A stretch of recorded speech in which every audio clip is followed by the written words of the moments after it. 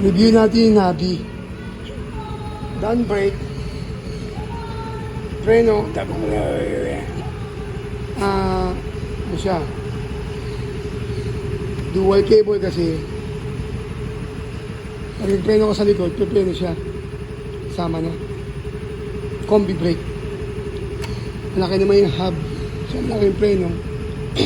Naka-upside down na shock. This is okay, may rubber boots. At least hindi kakalawangin. Plastic cover.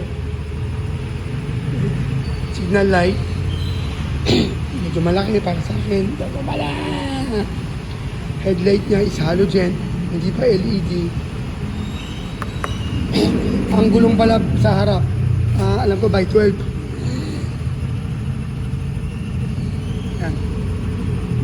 90 by 12. Sa likod is 90-100 by 10. Ito yung compartment box niya.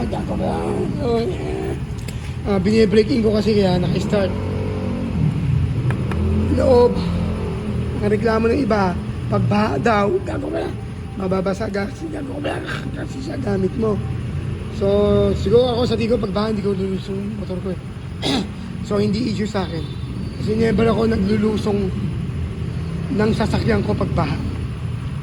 Papakotse, papamotor. Wag lang siguro pag motocross ako mataas. Pero, iwas pa rin. Makina niya is pang GY6 na style. Pero para siguro sa beat to. Pero, dito yung style ng mga GY6 eh. So, sa tingin ko matibay makina. Dahil, ang GY6 is napakatagal na makina sa motor. Carburetor niya, almost same with Dio. Shock, mono shock. So, nabubuksan to, tanggal buong upuan. May maliit na compartment. Maliit lang sobra. May toolbox. Kasi may box dito eh. So, may battery. Hindi ko pa nabubuksan. Sa likod niya, tambutso.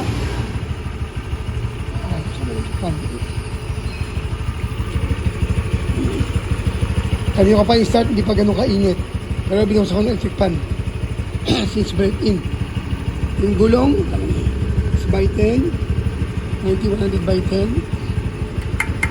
Ang butso may cover na bakal. Ito okay to, at least hindi ka mapapasok. Ang kasan, sobrang labas para sa akin. Ito, yun, sa driver, hindi natutupi. Fix siya. Ito lang medyo labas, tapos may mga plastic cover. Plastic.